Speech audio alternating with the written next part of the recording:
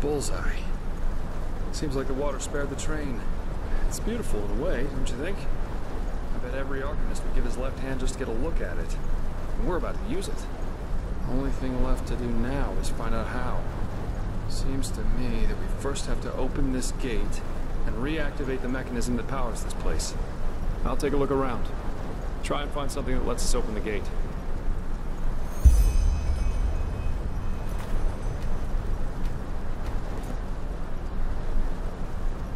This is great. Just great.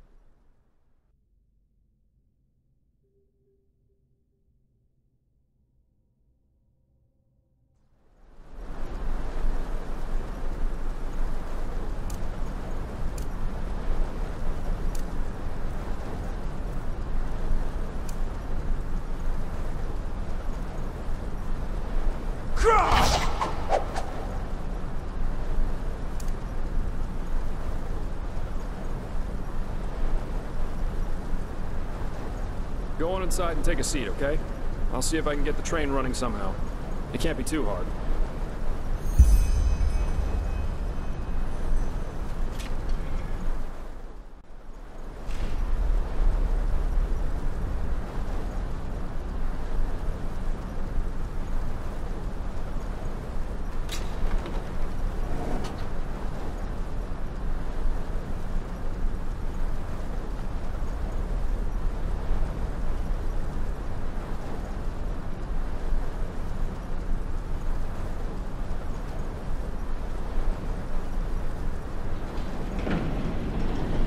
Ta-da! Yes, I'm amazing. I know that. If being a merc doesn't work out in the long run, maybe I'll ask the Order to hire me as an expert on Pyrean railways. But no guarantee this thing won't drive us right into the next abyss. Anyway, I guess even with this thing, it should be a while till we arrive. Let's make ourselves comfortable.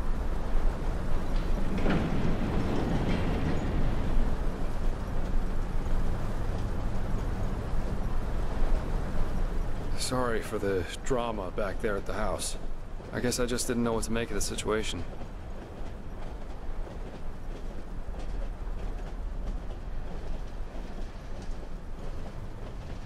I figure all of this is just wrong. But I'm repeating myself. If the High Ones were planning to confuse us, they definitely succeeded. We really should tell the Grand Master about this, and about what happened to Constantine. Still, we can't allow this to get inside our heads too much. What matters right now is the mission. And at least it stays exciting. Two daring adventurers who have gotten themselves into something they don't even remotely understand are plundering ancient ruins in search of treasure. Don't laugh, but this reminds me a little of my past, of my childhood.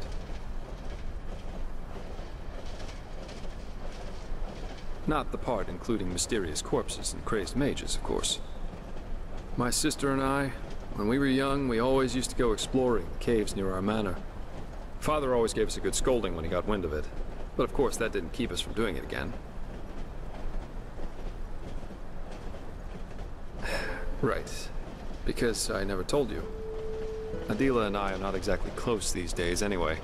Probably because we lost our bond somehow, after our father died.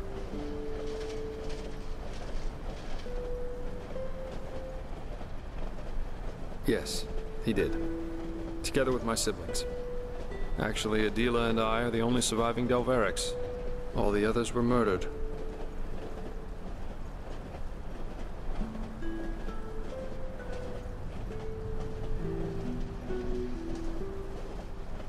No need to be. But I appreciate the thought, so thanks. In a sad way, a part of me is actually glad everything happened the way it did back then. It made me into a man. And it showed me what kind of characteristics have a tendency to drastically shorten one's life. Stubbornness. My father was a judge in the tribunal, you know. He was a hard man, who at least, after our mother died while giving birth to Adela, lived for only one thing. His principles.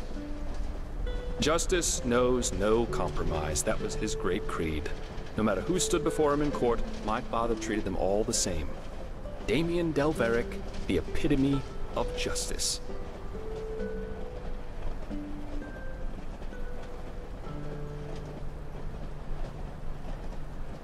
Yes, an extreme attitude for an extreme man. One day, the son of a highly regarded Archer Sublime stood before the 12 judges of the court. Valenzio Duran.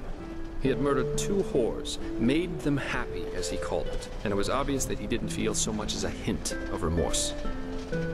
You know those kind of people. The ones who think that money and power entitle them to anything they want. Of course you can. 11 of the 12 judges voted for a verdict of not guilty, because they knew Valenzio's father was influential within the Relata. Only my father, of course, remained unshaken. 1 week later, our manor was robbed by 4 masked men who killed everyone. Servants, guards, my 2 younger brothers, all of them. Officially, they were bandits, who just happened to be running around with blades made of shadow steel. My sister and I only survived because we had snuck out for one of our expeditions. Ironic, isn't it?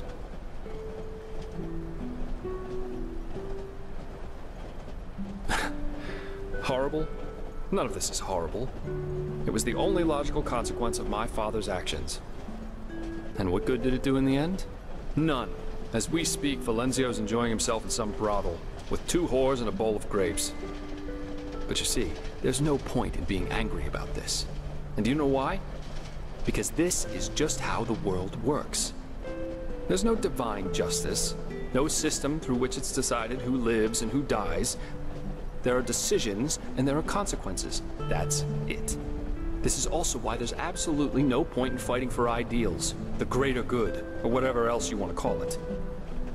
First of all, because no one will thank you for it, and second, because people are stupid. That's the one universal rule that there is to this world. No matter how much you try to accomplish something, in the end, stupid people will destroy all you've achieved with no more than a snap of their fingers. Fight for the moment, and the moment only. Because unlike everything else, you can be certain of its truth.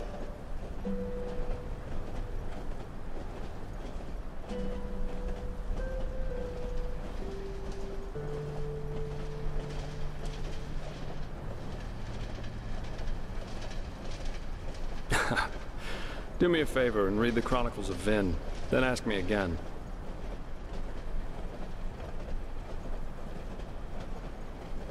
No. But if he had wanted Valencio to die so badly, there would have been other ways. Poison, an accident, a hired killer. Just a hint of common sense. That's all he would have needed. But of course, none of that would have conformed to his sacred principles. Adela and I were still young when all this happened. A friendly family took us in, and my sister joined the Order of the Apothecary in the Frostcliff Mountains. But since then, we haven't been able to speak to one another. She raised a wall of ice around herself, so to speak, and fled into old family books and memories. But, anyway, enough about me. You're an orphan too, aren't you? How come? You never told me about that.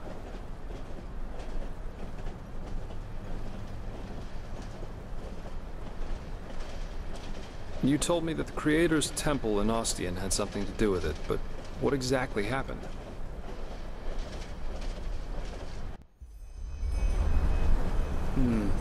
I see. I've had my share of those kinds of dreams too.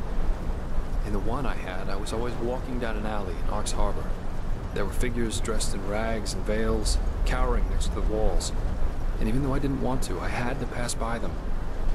And when I did, they started to weep, and all at once tried to drag me over to them. I screamed and I fought. And eventually I came to realize that they all had my father's face. And then their skin would start melting from their skull like hot wax. Not a very nice image, as you can imagine. One day the dreams just stopped, though. I don't know why.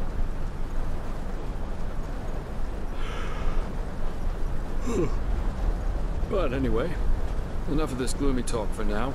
We should get some rest. We've still got a long ride ahead of us. I don't say this often, but I like working with you. You're okay. You really are. Good night.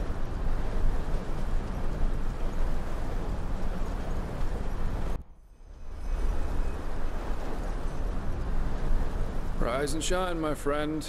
We have arrived. How'd you sleep?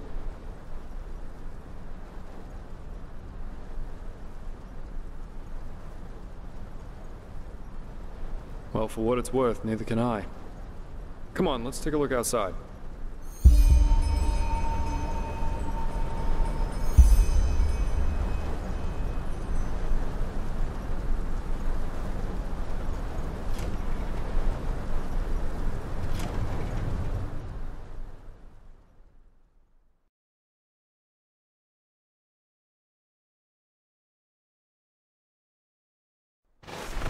Seems someone has prepared a welcome for us.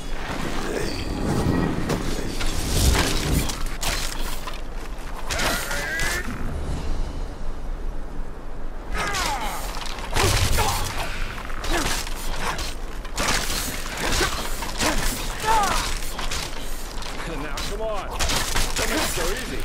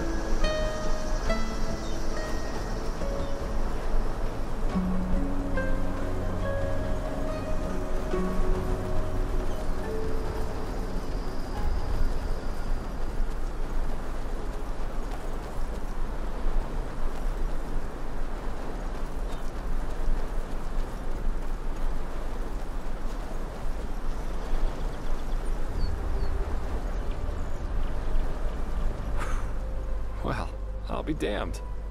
This is Half Moon Island. I can't believe it. And I guess that camp over there belongs to Terranor Korek. I suggest we split up. That way we'll still have a chance if they catch one of us. Here, this is your plate. I'll try going in from the east. You should go in from the west.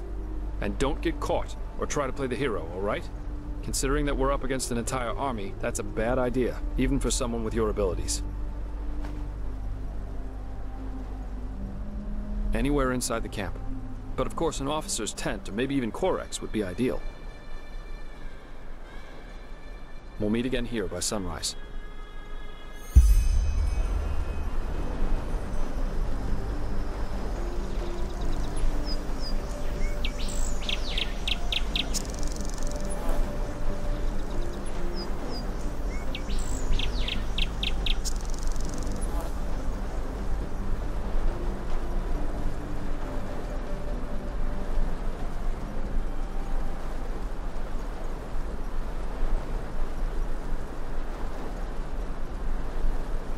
And if they refuse, Then it means war.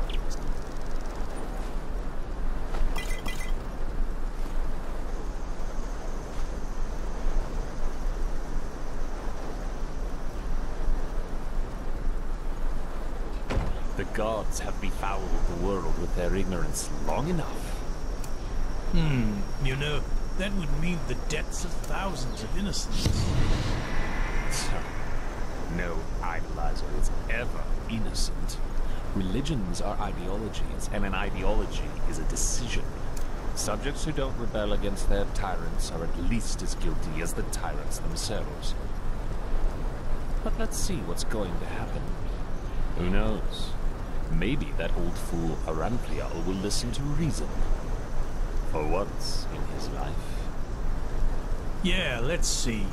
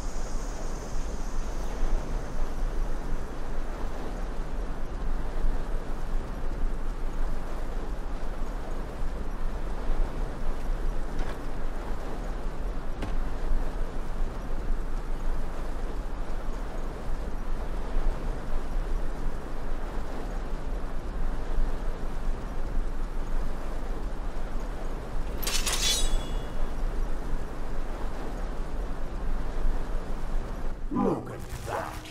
The urchin child who just won't stop struggling.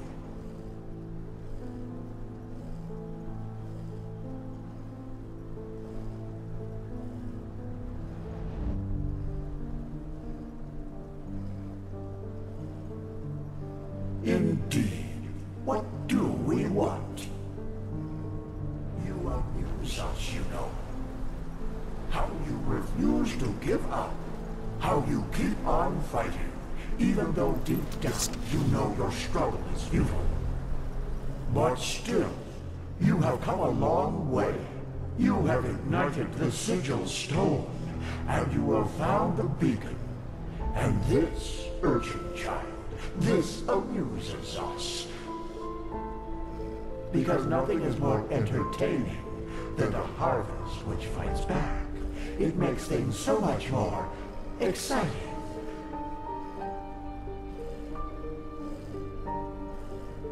So here's our offer, Prophet. Ask us whatever is on your mind, and we swear to answer truthfully. Or you can leave. It's up to you.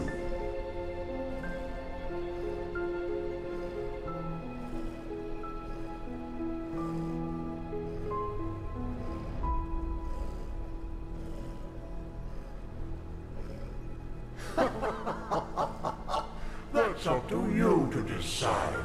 Come on, urchin. Ask or leave. In the end, you and your people will burn anyway. But sometimes, even the hope for deliverance alone has its merits.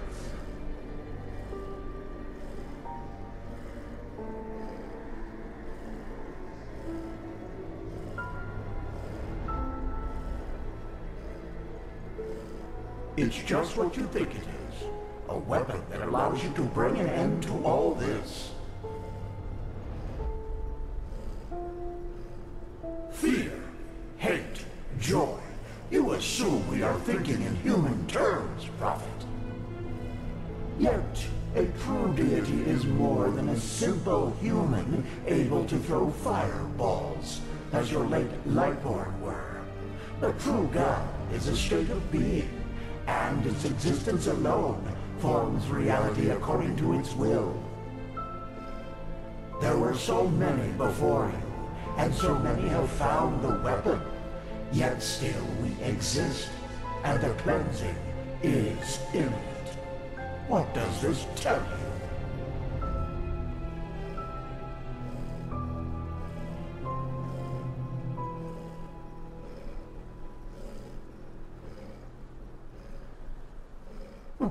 Lofty words. Hold on to the thought if it gives you strength.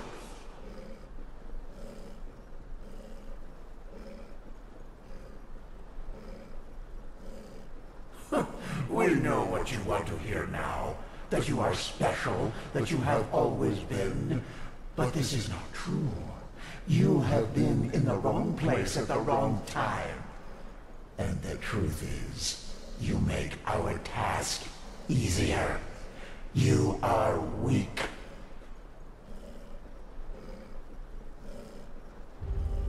They want to destroy the beacon. Amusing, isn't it? They are doing our work for us. Yes, but they are naive. They believe that the cleansing is a good thing, and that we, the High Ones, have come to raise humanity to a higher stage. Evolution. That is what they call it. Just as the lizard became a dragon, and the bird became a man. Their leader, Taranar Korek, thinks he is one of the emissaries, just like you.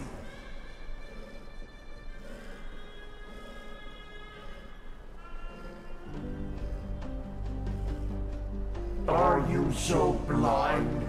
We are the envoys of determination, the constant of being, before which time itself bows down.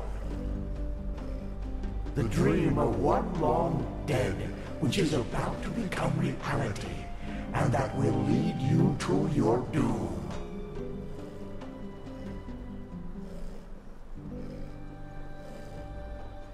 Very well. Now shoot. Continue your vain search, and forgive us for the pain. Now!